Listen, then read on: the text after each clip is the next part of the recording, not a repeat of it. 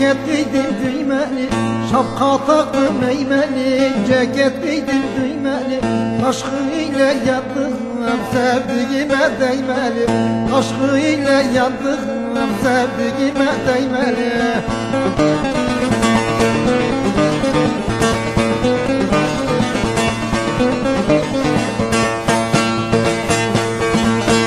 Reyhan ektim biçerim, kavun karpuz seçerim. Reyhan ektim biçerim, kavun karpuz seçerim.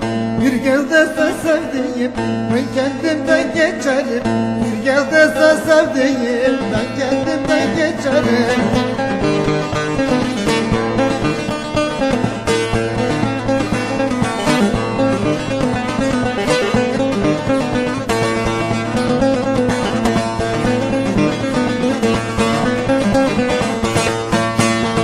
Mektup yazdım fırladım, posta ile yolladım.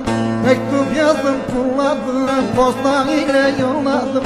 Yar karşıdan gelirken beyaz mendil salladım.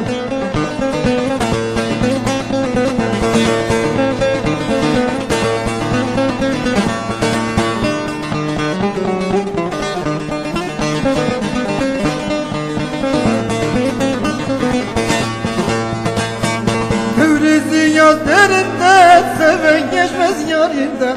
Tevrezi yaz derinde seven geçmez yarinden. Kaldıramaz hiç kimse ağır taşı yerinden. Kaldıramaz hiç kimse ağır taşı yerinden.